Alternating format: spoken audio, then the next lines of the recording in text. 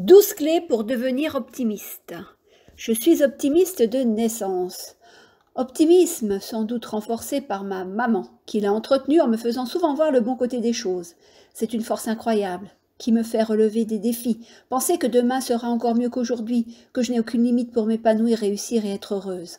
En revanche, je ne suis pas dans l'utopie, pas dans le suroptimisme. Je suis réaliste et rationnelle, et je vois l'état du monde et de mon environnement tels qu'ils sont.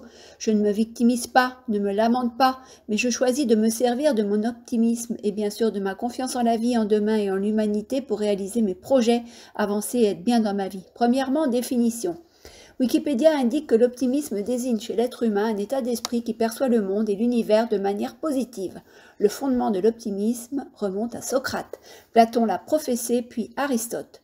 Une personne optimiste a tendance à voir le bon côté des choses, à penser du bien des gens, à considérer que des événements même fâcheux prendront, quoi qu'il arrive, une tournure positive en fin de compte, dans la mesure où l'on trouve toujours une solution au problème. L'optimisme est le contraire du pessimisme. Et l'optimisme est un sentiment positif en tant que moteur de l'initiative. Deuxièmement, j'ai une nouvelle fantastique. L'optimisme peut s'acquérir par un entraînement régulier. Où en êtes-vous dans votre vie? Vous avancez, vous êtes ralenti, bloqué? Vous pouvez faire le choix conscient d'être optimiste. Troisièmement, être optimiste est lié à une certaine tournure d'esprit, à un certain regard sur le monde. Vous me direz qu'écouter chaque jour l'actualité n'est pas propice à être optimiste. Je vous répondrai que vous avez raison, mais que vous pouvez aussi limiter votre écoute et votre lecture des médias, et surtout vous pouvez, au lieu de vous lamenter, utiliser votre optimisme pour changer le monde. Et cette première étape est déjà un changement considérable à mettre en place, car il est plus facile de râler que de participer et d'inventer un monde enchanteur. Finalement, vous comprenez, parce que je viens d'énoncer, que l'optimiste a une vision du monde, une tournure d'esprit, une vie intérieure particulière. Cette vie intérieure le fait rayonner et colorer son monde de couleurs qui seront remarquées immanquablement par les gens qui le rencontreront. Déjà, l'optimiste a une posture physique particulière. Il se tient droit et souriant, de bonne humeur et pétille. Il est aussi bienveillant et enclin au partage, car l'étincelle de vie qui l'anime ne demande qu'à se propager et à entrer dans la vie d'autres personnes. Être optimiste, c'est voir des solutions, voir le verre à moitié plein. L'optimiste a confiance en la vie, dans demain. L'optimiste regarde les obstacles qu'il rencontre comme autant d'opportunités de se réaliser, de se dépasser, de comprendre qui il est et ce qu'est la vie. Il considère ces obstacles comme des cadeaux. Être optimiste, c'est être persuadé que tout est possible tout le temps et que des opportunités se présentent en permanence. Devenez optimiste et vous les verrez et pourrez les saisir. Pour muscler votre optimisme, vous pouvez reprendre les difficultés que vous avez rencontrées dans votre vie, sur le plan personnel, familial, amical, amoureux, professionnel, au plan de la santé, etc. Comment avez-vous dépassé ces obstacles? Que vous ont-ils révélé sur vous? Quelles capacités cachées avez-vous dû développer ou déployer dans les moments difficiles? Quelles leçons de vie avez-vous tirées? Les capacités que vous avez utilisées en cas de crise sont des forces qui peuvent doper votre optimisme.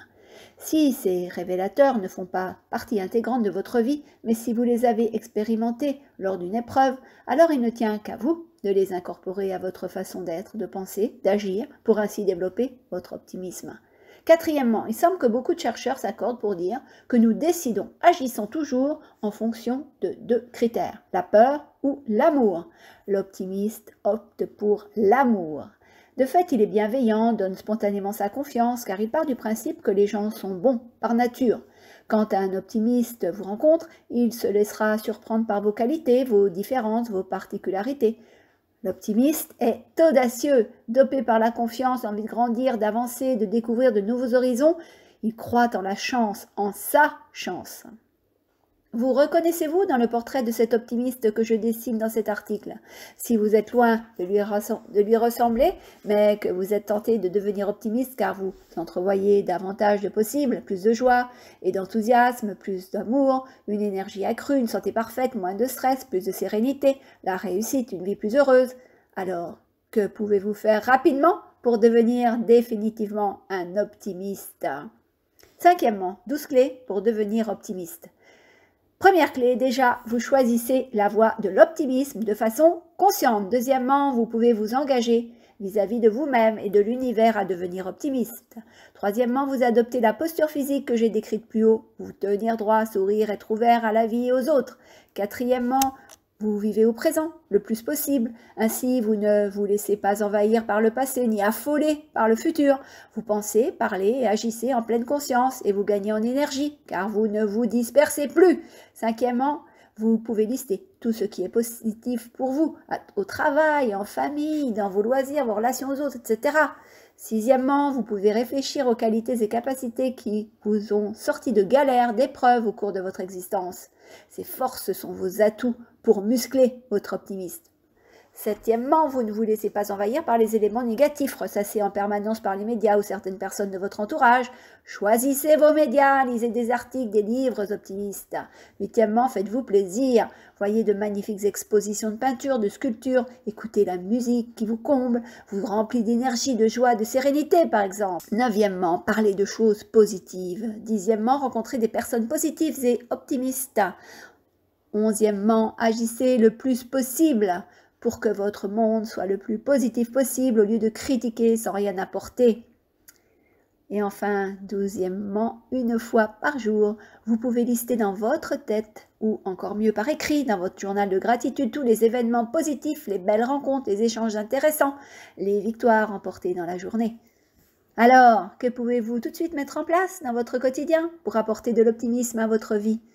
Est-ce que cela vous semble difficile? Êtes-vous prêt à expérimenter rapidement les clés que je viens de révéler? Eh bien, dites-moi où vous en êtes, où vous souhaitez aller dans les commentaires. Ciao!